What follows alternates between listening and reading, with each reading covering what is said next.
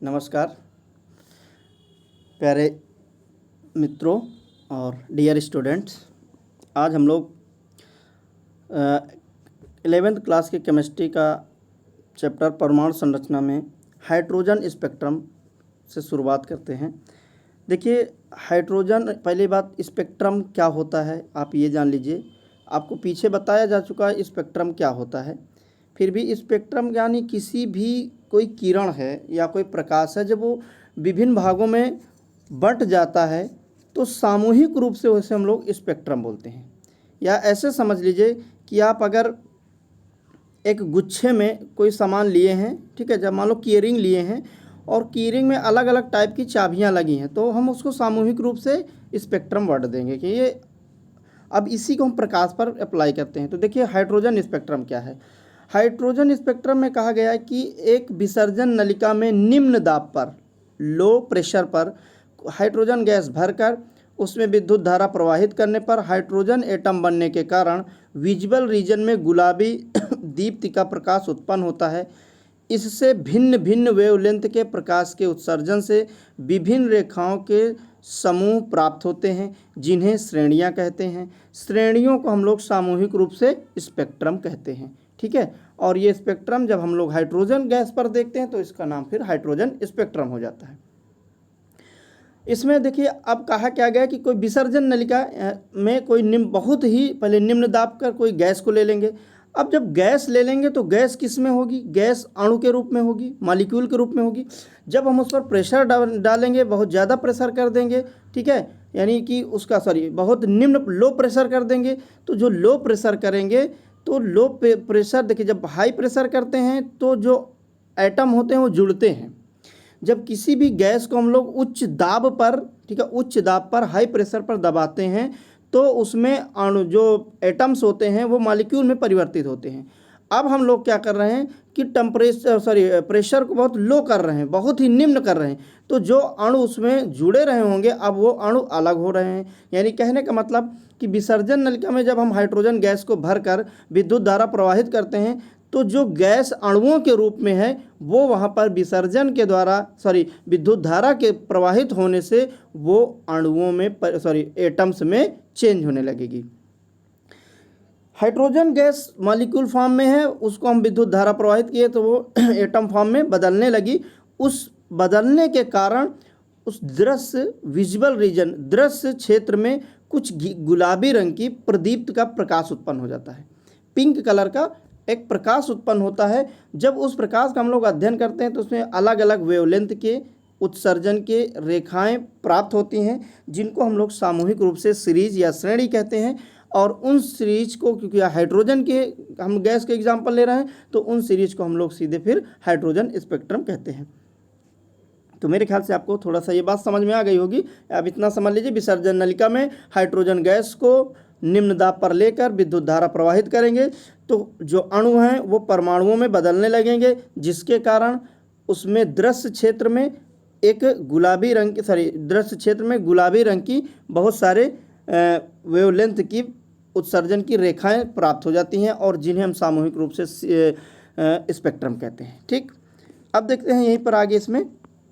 अब ये स्पेक्ट्रम कितने प्रकार के, तो देखो जो स्पेक्ट्रम उन्होंने प्राप्त किया गया वो हर साइंटिस्ट जो वैज्ञानिकों ने प्राप्त किया उन्हीं के नाम पर इन सीरीज का नाम है। जैसे लाइमन साहब ने प्राप्त किया तो लाइमन सीरीज, फिर बॉमन सीरीज, फिर पाश्चन सीरीज, फिर ब्रैकेट सीरीज, फिर फुंड सीरीज। अभी तक आपको याद हो तो यहीं तक पढ़ा जाता है, लेकिन अब ये आ गई है हम्फ्री सीरीज। तो अब यहाँ पर टोटल हाइड्रोजन स्पेक्ट्रम को हाइड्रोजन को अगर गर्म करेंगे तो हमें 6 प्रकार की सीरीज प्राप्त होती हैं: लाइमन, बामर, पाश्चन, ब्रैकेट, फुंड और हम्फ्री। ठीक है, तो अगर इसको कहें तो लाइए, बल्मा, पॉकेट से बिस्किट और फुटकर, ये अपना कोड है, आप बना सकते हैं। तो लाइमन, बामर, पाश्चन, ब्रैकेट, फुंड और हम्फ्री सीरीज, इस तरह से 5 सीरीज प्राप्त होती हैं। अब इन सीरीज का मैंने चित्र बनाया है, आप उस चित्र को गौर से देख लीजिएगा। देखिए, हमने यहाँ पर n = इनफाइनाइट लिखा है, अनंत लिखा है, ठीक है। अब यहाँ पर हम लोग शुरू करेंगे जो सबसे n1 से लेकर, तो ये हमारी इनफाइनाइट की लाइन है, ये ध्यान रखिएगा। थोड़ा सा चित्र समझाने के लिए इसे ऊपर ले जाना पड़ रहा है। अब देखिए, यहाँ से पूरा आपका चित्र आ जा रहा है। ठीक, ये आपका, तो हम लोग देखिए यहाँ पर किसकी बात करेंगे, अगर N1 की बात करेंगे तो लाइमन सीरीज कहाँ से, N1 से शुरू होगी, पहले N2 तक, फिर N3, फिर N4, N5, N6, N7, N8 और ये आखिरी वाली N = इनफाइनाइट तक पहुँच गई। फिर बामर सीरीज की बात करें तो बामर सीरीज नंबर N = 2 से स्टार्ट होगी, तो 2 से 3, 3 से 4, ठीक है, आप सबको 2 से उठाएंगे और हर उसमें जैसे 3, 4, 5, 6, 7, 8 और इसके बाद इनफाइनाइट। फिर पास्चन को देखिए हम लोग N = 3 से उठाएंगे, तो 3 से 4 में जाएगी, फिर 3 से 5 में जाएगी, फिर 6 में, फिर 7 में, इस तरह से चलती रहेगी। फिर N = 4 ब्रैकेट, ठीक है, ब्रैकेट सीरीज को जब उठाएंगे तो ब्रैकेट सीरीज N = 4 से उठेगी और इनफाइनाइट तक जाएगी। N = 5 फुंड सीरीज है, ठीक है, फुंड सीरीज को हम लोग N = 5 से उठाएंगे तो ये भी इनफाइनाइट तक जाएगी। और N = 6 यानी हम्फ्री सीरीज को उठाएंगे तो ये भी 6 से उठकर इनफाइनाइट तक जाएगी। तो इस तरह से आप देख रहे हैं कि ये स्पेक्ट्रम हमें प्राप्त हो रहा है, ठीक है। इस स्पेक्ट्रम को ही हम लोग क्या बोलते हैं, इस स्पेक्ट्रम का ही नाम होता है हाइड्रोजन स्पेक्ट्रम। अब देखिए यहाँ पर बहुत सारी चीज़ें मैंने इसमें ऐड कर रखा है। लाइमन सीरीज जो होती है उसमें यूवी क्षेत्र में दिखाई देती है, यानी ऐसी रेज होती हैं अल्ट्रावायलेट पराबैंगनी किरणों में जिनका तरंग दैर्ध्य यानी लैम्डा का मान 4000 से कम होता है, ठीक। इसी तरह से जो पाश्चन है, पाश्चन जो होती है, सॉरी बामर सीरीज जो होती है, बामर सीरीज आपको विजिबल में दिखाई देती है यानी दृश्य प्रकाश में दिखाई देती है और जिसका लैम्डा का मान होता है 4000 से 7000 के मध्य, ठीक है। तो लाइमन में 4000 से कम पर यूवी में पाई जा रही हैं, बामन सीरीज में विजिबल में पाई जा रही हैं और 4000 से 7000 के मध्य पाई जा रही हैं। पाश्चन में IR यानी IR इंफ्रारेड हैं, अवरक्त किरणें इन्हें बोलते हैं, तो ये नियर हैं, पास हैं, तो इनको समीप या नज़दीक बोलते हैं। तो नियर के पास में पाए जा रहे हैं, ये 7000 से अधिक, इनका जो तरंग दैर्ध्य होता है वो 7000 से अधिक होता है। फिर ब्रैकेट में, ब्रैकेट भी IR में पाया जा रहा है, इंफ्रारेड में पाया जा रहा है, ये भी 7000 से अधिक। फिर फुंड सीरीज भी IR में पाई जा रही है और ये भी 7000 से अधिक तरंग दैर्ध्य वाली है। हम्फ्री सीरीज ये भी 7000 से अधिक है और ये भी IR में पाई जा रही है। तो देखिए यहाँ पर लाइमन सीरीज यूवी में पाई जा रही है, बामन सीरीज विजुअल यानी दृश्य प्रकाश में दिखाई देती है, पाश्चन सीरीज जो है इंफ्रारेड में दिखाई देती है, इंफ्रारेड में भी जो नियर वाले होंगे, नज़दीक वाले। ब्रैकेट में कहाँ दिखाई देती है, IR यानी इंफ्रारेड में दिखाई देती है, लेकिन फार माने दूर में दूरस्थ वाले में दिखाई देते हैं। फुंड सीरीज IR में दिखाई देती है और FAR फार माने दूरस्थ, तो ये भी दूरस्थ है। हम्फ्री सीरीज भी दूरस्थ है। तो इस तरह से हमें एक स्पेक्ट्रम प्राप्त होता है जिसको हम लोग बोलते हैं हाइड्रोजन स्पेक्ट्रम, लाइमन, बामर, पाश्चन, ब्रैकेट और फुंड और हम्फ्री सीरीज, ठीक। अब हाइड्रोजन स्पेक्ट्रम से संबंधित देखिए जो सवाल होते हैं वो कैसे कैलकुलेट करना है। तो हाइड्रोजन स्पेक्ट्रम की विभिन्न श्रेणियों के लिए तरंग दैर्ध्य लैम्डा के मान निम्न प्रकार से होंगे। लाइमन सीरीज के लिए N बराबर क्या हो जाएगा हमारा 1, और यहाँ पर हम लोग फार्मूला लिखेंगे 1/λ = RH, ठीक है, 1 यहाँ पर N होना चाहिए था, चूँकि हम N बराबर 1 कर रहे हैं तो यहाँ पर 1 का वर्ग कर दिए, -1/N2 का वर्ग, यहाँ RH फार है रिडबर्ग कांस्टेंट, ठीक। इसी तरह हम लोग बामन सीरीज की बात करेंगे तो बामन सीरीज में देखिए, बामन सीरीज में N/λ = RH और यहाँ पर N बराबर अब 2 रख लेंगे। अब आपको ये N जो ये दिखाई दे रहा है ये सीरीज कि N2 बराबर 3, 4 क्या है, तो जब आप देखिए चित्र में आप यहाँ N2 से शुरू करे होंगे, है ना, N2 से शुरू करे होंगे तो पहली लाइन कहाँ पर गई होगी, 3 पर। ये देखिए यहाँ पर ध्यान से देखिएगा कि अगर ये देखो N2 से अगर शुरू करेंगे, ये शुरू कर रहे हैं हम N2 से, ठीक है, तो N2 से ये N2 से शुरू करेंगे तो देखिए ये 3 पर गई, फिर 4 पर गई, फिर 5 पर गई, फिर 6 पर, फिर 7 पर। तो इसी को मैंने लिखा है कि अगर N2 से शुरू करेंगे तो पहली वो N वाली कहाँ से टच होगी, 3 से, फिर 4 से, फिर 5 से। इसी तरह पाश्चन सीरीज में देखेंगे जितना N का मान होगा वही रख देंगे, 1/λ = RH/1/3 की पावर 3। ब्रैकेट सीरीज में देखेंगे 1/λ RH 1/4 की पावर 2, ठीक है। फुंड सीरीज में देखेंगे 1/λ = RH 1/5 की पावर 2, और इसी तरह हम्फ्री सीरीज में देखेंगे 1/λ RH 1/6 यानी N1 हमारा यहाँ 6 है तो 6 की पावर 2 या, ठीक है। तो यहाँ पर रिडबर्ग नियतांक है, मैंने रिडबर्ग नियतांक के मान लिख रखे हैं। देखिए अगर ये सेंटीमीटर में है तो ये भी लिख सकते हैं, और अगर आप इसको मीटर में चेंज करेंगे तो चेंज हो जाएगा, ठीक है। डेसिमल में अगर पावर में लिखेंगे तो ये देखिए मैंने पावर में भी लिख रखा है, 1 2 3 4 5 5 अंक पीछे जाएंगे तो 10⁵ हो जाएगा, ठीक। तो इस तरह से रेडवर्क में हमें जैसी सुविधा होगी हम चाहे ये मान यूज करें चाहे ये मान यूज करें, ठीक। हाइड्रोजन के स्पेक्ट्रम का अध्ययन सर्वप्रथम बोर महोदय ने किया था, वो 1914 में, ठीक। तो इस तरह से आपको हाइड्रोजन स्पेक्ट्रम में थोड़ी सी यहाँ दिक्कत होगी, तो यहाँ पर हम लोग ध्यान देंगे कि सीरीज कहाँ से स्टार्ट होती है और फिर पहला उसका कौन से उस पर जा रही है लेयर पे, सीरीज पे। तो N1 3 है, तो 3 वाला जब उठाएंगे तो पहले 4 को टच करेंगे, फिर 5 को, फिर 6 को, फिर 7 को। तो यहाँ 2 की पावर 2, 3 की पावर 3, 4 की पावर 2, सॉरी 3 की पावर 2 और 4 की पावर 2, इस तरह से इनका स्क्वायर होता रहेगा, ठीक है। अब हम लोग बात करते हैं इलेक्ट्रॉन के द्वैत प्रकृति की, ड्यूल नेचर ऑफ इलेक्ट्रॉन। देखिए ये बहुत ज़्यादा क्वेश्चन पूछा जाता है, ठीक है। क्वेश्चन दिया जाता है कि इलेक्ट्रॉन के दोहरी प्रकृति का वर्णन कीजिए या सिद्ध कीजिए कि इलेक्ट्रॉन के अंदर 2 तरह के गुण होते हैं, ठीक है। अब मैं बता रहा हूँ कि इलेक्ट्रॉन के कौन कौन से 2 गुण हमें सिद्ध करना है। इलेक्ट्रॉन कण और तरंग की भांति व्यवहार करता है, इसलिए इसे ड्यूल नेचर कहते हैं। ये तो ओरल बात हो गई, कोई बता देगा कि हाँ कण और तरंग है तो बता देगा कि हाँ ये ड्यूल नेचर का है। अब मैं एक एग्जाम्पल के थ्रू आपको समझा रहा हूँ, जिससे मान लीजिए कि विद्यालय खुले होते, और जब विद्यालय खुले होते तो जितने भी स्टूडेंट्स होते हैं वो जब घर से आते हैं तो एक एक करके आते हैं। अब अगर वो एक एक करके आते हैं तो हम उन्हें मानते हैं कण, ठीक है, और स्टूडेंट हमारे इलेक्ट्रॉन हैं। अगर वो एक एक करके आते हैं तो क्या होंगे, कण होंगे।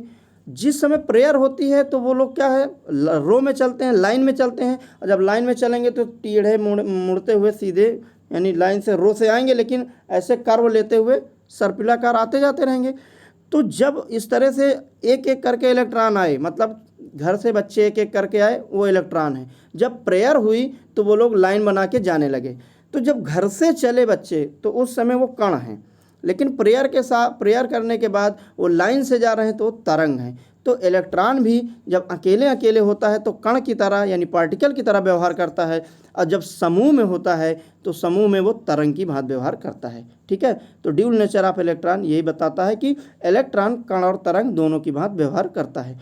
अब इसकी हम व्याख्या करेंगे कि कण की तरह कैसे व्यवहार करता है। तो देखिए कण की तरह व्यवहार कैसे करता है कि यदि इलेक्ट्रॉन को, ठीक है, यदि इलेक्ट्रॉनों को जिंक सल्फाइड प्लेट पर प्रवाहित किया जाए तो प्रकाश का एक स्पॉट प्राप्त होता है। स्पॉट माने बिंदु, तो प्रकाश का एक स्पॉट प्राप्त होता है। इसे प्रस्फुरण या, ठीक है, सिंटिलेशन कहते हैं। ये पूछा जाता है कि सिंटिलेशन क्या होता है। तो सिंटिलेशन यानी कि जब हम इलेक्ट्रॉन को किसी धातु सल्फाइड प्लेट पर प्रवाहित करते हैं तो एक बिंदु प्राप्त होता है, उस बिंदु का नाम होता है सिंटिलेशन।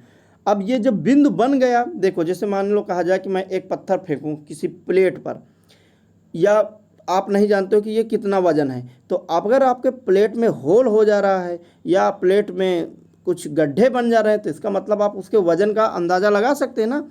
तो जब इलेक्ट्रॉन भी यही कर रहा है कि प्लेट पर डाला गया तो उस पर बिंदु बन गया, इसका मतलब इलेक्ट्रॉन क्या था, उस समय कण था, उसमें मास था, उसमें द्रव्यमान था। तो इससे सिद्ध होता है कि इलेक्ट्रॉन सुनिश्चित द्रव्यमान और गतिज ऊर्जा और संवेग तथा आवेश युक्त होता है। और ये जितने भी गुण हैं कि द्रव्यमान भी हो, गतिज ऊर्जा भी हो, संवेग और आवेश, ये सब किसके, कण के गुण होते हैं। तो एक बात तो हम सिद्ध कर चुके कि इलेक्ट्रॉन कण है, ठीक। अब सिद्ध करेंगे कि इलेक्ट्रॉन तरंग है। तो देखिए इलेक्ट्रॉन वेव नेचर उसका कैसे करेंगे। डेविसन और जर्मर ने 1927 में इलेक्ट्रॉन तरंग को एक निकिल क्रिस्टल द्वारा विवर्तित यानी डिफ्रैक्ट करके सिद्ध किया कि ये इलेक्ट्रॉन तरंग होता है।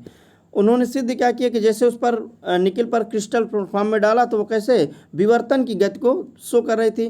तो जो ये विवर्तन का नेचर है, ये तरंग का नेचर होता है। फिर इस बात पर भी पुख्ता सबूत देने के लिए 1928 में जेपी थॉमसन, जो जे थॉमसन के पुत्र हैं, जेपी थॉमसन ने भी, अब इन्होंने निकिल की क्रिस्टल ली थी पन्नी और इन्होंने लिया सोने की पतली पन्नी, ठीक है। तो ये सोने की पतली पन्नी का प्रयोग करके इलेक्ट्रॉन पुंज के समान विवर्तन प्राप्त इन्होंने भी कर लिया। तो ये भी बताया कि भाई विवर्तन तो शो कर रहा है, इसका मतलब तरंग है। तो इलेक्ट्रॉन, कण और तरंग दोनों के गुण इस तरह से शो करता है, ठीक है। इसी बात की खोज के लिए 1937 में जेपी थॉमसन को इलेक्ट्रॉन की तरंग प्रकृति की व्याख्या करने के लिए नोबेल पुरस्कार दिया गया। ये आपकी जानकारी के लिए मैंने लिखा है, ठीक है। अब हम लोग बात करते हैं इलेक्ट्रॉन मेघ अवधारणा, इलेक्ट्रॉन क्लाउड कॉन्सेप्ट। क्या है इलेक्ट्रॉन क्लाउड? माने क्या होता है? क्लाउड माने होता है झुंड, है ना। क्लाउड माने जहाँ पर कंडेंस ज़्यादा हो। तो अब यहाँ कहा गया कि इलेक्ट्रॉन के नाभिक के चारों ओर तीव्र वेग से परिक्रमा करने के कारण नाभिक के आसपास ऋणात्मक विद्युत आवेश का एक धुंधला बादल बन जाता है, ठीक है। इसे ही हम लोग इलेक्ट्रॉन मेघ कहते हैं। तो कहा यह गया कि जब जहाँ पर नाभिक होगा, जाहिर सी बात है उसके नाभिक के चारों इलेक्ट्रॉन तीव्र गति से घूमते हैं।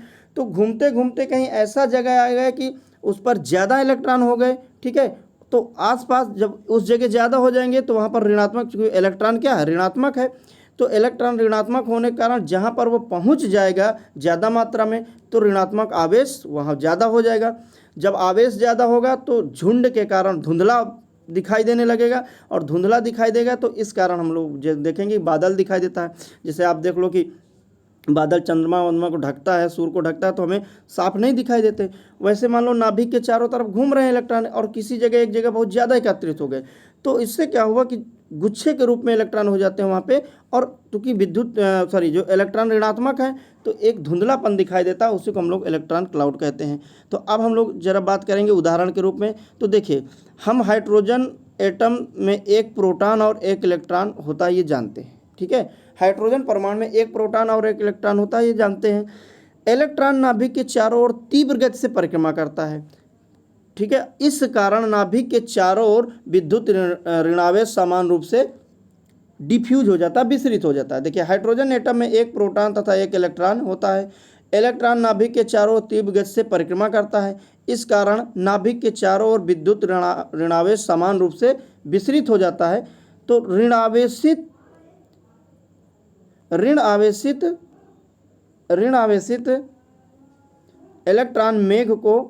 इलेक्ट्रॉन का मेघ घनत्व उन क्षेत्रों पर अधिक होता है जहां के इलेक्ट्रॉन के पाए जाने की प्रायिकता अधिक होती है। तो आप यही हाइड्रोजन में भी है कि हाइड्रोजन के नाभिक की तरफ चारों तरफ जब इलेक्ट्रॉन घूमेगा तो किसी एक जगह पर वो ज़्यादा समान रूप से डिफ्यूज हो जाएगा, तो वहाँ पर धुंधलापन बन जाएगा, और उसे हम लोग इलेक्ट्रॉन मेघ मॉडल कहते हैं। देखिए, जैसे कि चित्र में दिखाया गया है आपको, ये इलेक्ट्रॉन का देखिए, ये चारों तरफ क्या है? ये बीच में नाभिक है, और ये देखिए ये जो छोटा सा क्षेत्र है ये क्या है? यहाँ पर कंडेंस, यहाँ पर डिफ्यूज हुआ है और समान रूप से घना हो गया है, इसलिए इसको हम लोग इलेक्ट्रॉन मेघ कहते हैं, ठीक। अब हम लोग जरा सा विविध क्वेश्चन के बारे में बात कर लेते हैं। तो देखिए, क्वेश्चन ऐसे आ सकता है कि सिद्ध कीजिए कि डी उपकोष में 5 कक्षक होते हैं। क्या सिद्ध करना है? कि सिद्ध कीजिए कि डी उपकोष में 5 कक्षक होते हैं। तो अब देखिए, आप जानते हो कि अगर उपकोष होगा तो जितने उपकोष होंगे उसका दुगना इलेक्ट्रॉन होते हैं, या जितने इलेक्ट्रॉन होते हैं उसका आधा उपकोष होते हैं। तो यहाँ कह रहा है कि डी उपकोष में 5 कक्षक हैं, तो हम लोग सिद्ध कर लेंगे। चलिए देखते हैं। चलिए देखते हैं कि सिद्ध कीजिए कि डी उपकोष में 5 कक्षक होते हैं। तो हम लोग डी में इलेक्ट्रॉन भर रहे हैं। देखिए, किसी उपकोष में कक्षकों की संख्या पाए जाने वाले अधिकतम इलेक्ट्रॉनों की संख्या का आधा होती है। ये ध्यान रखिएगा, ये जोड़ा गया है, नहीं तो अधिकतम हमें कहना है कि अगर डी में अधिकतम 10 इलेक्ट्रॉन होते हैं, देखिए मैंने ये भर रखा है 10 इलेक्ट्रॉन, 1 2 3 4 5 6 7 8 9 10, अधिकतम 10 इलेक्ट्रॉन, तो 10 का आधा कितना? 10/2 यानी 5। तो इससे सिद्ध हो जाएगा कि डी उपकोष में कितने इलेक्ट्रॉन, कितने कक्षक? 5 कक्षक। इसी तरह कह दिया जाए कि सिद्ध कीजिए कि पी उपकोष में 3 कक्षक होते हैं। तो आप जानते हो कि पी उपकोष में अधिकतम कितने इलेक्ट्रॉन हो सकते हैं? अधिकतम आपको इलेक्ट्रॉन 6 हो सकते हैं, तो 6 का आधा 3, तो सिद्ध हो गया कि पी उपकोष में 3 कक्षक होते हैं। तो यहाँ पर भी सिद्ध हो गया कि डी उपकोष में 5 कक्षक क्यों होते हैं? क्योंकि डी में अधिकतम 10 इलेक्ट्रॉन हो सकते हैं, तो 10 इलेक्ट्रॉन अधिकतम होंगे, और अधिकतम इलेक्ट्रॉनों की आधी संख्या ही कक्षक होती है। आप जानते हो कि किसी भी ऑर्बिटल्स में अधिकतम 2 इलेक्ट्रॉन रह सकते हैं। तो अगर 5 कक्षक हैं तो एक कक्षक में 2 इलेक्ट्रॉन, तो 5 कक्षक के हिसाब से 5 दूनी 10 यानी 10 इलेक्ट्रॉन। अगर 10 अधिकतम इलेक्ट्रॉन, तो अधिकतम जो इलेक्ट्रॉन होते हैं उनका आधा कक्षक यानी 10/2 यानी 5 कक्षक। तो इस तरह से डी उपकोष में 5 कक्षक होंगे, ये प्रूफ हो गया, ठीक है। समझाइए कि नाइट्रोजन के 2p कोष में 3 अयुग्मित इलेक्ट्रॉन हैं, ठीक है। कह रहा है कि समझाइए कि नाइट्रोजन के 2p उपकोष में 3 अयुग्मित इलेक्ट्रॉन हैं। तो भाई हम क्या करेंगे कि पहले हमारे हुंड के नियम के अनुसार हम लोग इलेक्ट्रॉन को क्या सिंगल सिंगल भरते हैं। जब सिंगल भर जाते हैं तभी हम लोग पेयरिंग करते हैं। तो पहले हम इलेक्ट्रॉन का नाइट्रोजन का क्या करेंगे, इलेक्ट्रॉनिक विन्यास कर लेंगे। तो देखिए 1s2 2s2 एंड 2p3। अब 2p3 हो गया, यानी p में 3 इलेक्ट्रॉन है। तो अब हम p के 3 इलेक्ट्रॉन भरेंगे इस तरह से। देखिए तो 1 2 3 इलेक्ट्रॉन थे, हमने तीनों भर रखा है। हुंड के अनुसार हमें पहले सिंगल सिंगल इलेक्ट्रॉन भरना था, हमने सिंगल सिंगल भर दिया। अब p में 3 ही इलेक्ट्रॉन थे, अब ज़्यादा है ही नहीं तो पेयरिंग कर नहीं सकते, तो सिद्ध हो गया कि इसमें 3 अयुग्मित इलेक्ट्रॉन रहते हैं। ठीक है, तो हुंड के नियम के अनुसार किसी उपकोष में इलेक्ट्रॉन तभी युग्मित होते हैं जब सभी संभव कक्षाओं में एक एक इलेक्ट्रॉन भर जाते हैं। अतः 2p उपकोष में 3 कक्षा ही होते हैं, तो इसमें उपस्थित तीनों इलेक्ट्रॉन अयुग्मित होंगे। ये मैंने आपको समझा दिया। ठीक है, अब आखिरी क्वेश्चन है इसका कि सिद्ध कीजिए या धरातल स्तर पर तथा उत्तेजित अवस्था में कार्बन में अयुग्मित इलेक्ट्रॉन कितने होते हैं, ग्राउंड स्टेट में कितने होते हैं और एक्साइटेड स्टेट में कितने होते हैं। ठीक है, देखिए हम लोग जानते हैं कि ग्राउंड स्टेट में इलेक्ट्रॉनिक विन्यास ये होगा 1s2 2s2 2p2। ठीक, तो यहाँ पर हम लोग क्या करेंगे, देखिए 2p2 में भरेंगे। तो देखिए हमारा जो इलेक्ट्रॉन भरने का ये है, यहाँ पर देखिए ये दूसरी कोष यही है, इसमें भी 2s2 और 2p2। तो हम p में देखते हैं, क्योंकि p में ग्राउंड स्टेट में देखेंगे s तो वो 2 होता है, भरा ही है, तो अयुग्मित इलेक्ट्रॉन कितने, p में 2 ही हो गए। फिर वही हुंड का नियम लगाएंगे कि सिंगल सिंगल भरेंगे, तो हमारे पास 2 ही इलेक्ट्रॉन है, तो हमने 2 भर दिया। अब हम लोग उत्तेजित अवस्था में जाके इलेक्ट्रॉन को भरेंगे। तो देखिए उत्तेजित अवस्था में जब भरेंगे तो यहाँ पर क्या होगा कि जो इसमें हम बताए थे कि अगर सेम कोष है इनका, ये 2 का ये भी 2 का है, तो जब उत्तेजित अवस्था में होगा तो S का 1 इलेक्ट्रॉन ये ले लेगा, क्योंकि इसमें चाहे 1 इलेक्ट्रॉन रहे तब भी वो अस्थायी है, और 2 इलेक्ट्रॉन भरे हों तब भी वो अस्थायी है। तो ये S का 1 इलेक्ट्रॉन ले लेगा, अर्थात S से 1 इलेक्ट्रॉन यहाँ निकल जाएगा, तो P में 3 हो जाएंगे। क्योंकि देखो अब ये अवस्था भी क्या है, अस्थायी की है, क्योंकि मैंने बताया कि या तो P में 6 इलेक्ट्रॉन हो या 3, तब भी वो अस्थायी होते हैं। तो ये भी अस्थायी हो गया, ये भी अस्थायी हो गया। इस तरह से अस्थायी तो बन गए, क्योंकि ये अर्धपूरित कक्ष के हैं, स्थायी हो गए। और अयुग्मित इलेक्ट्रॉनों की संख्या तो देखिए 1 2 3 4, तो इसमें टोटल अयुग्मित इलेक्ट्रॉनों की संख्या 4 हो गई। तो इस तरह से आपको ये आपका चैप्टर समाप्त हुआ। थैंक यू, जय हिंद, वंदे मातरम।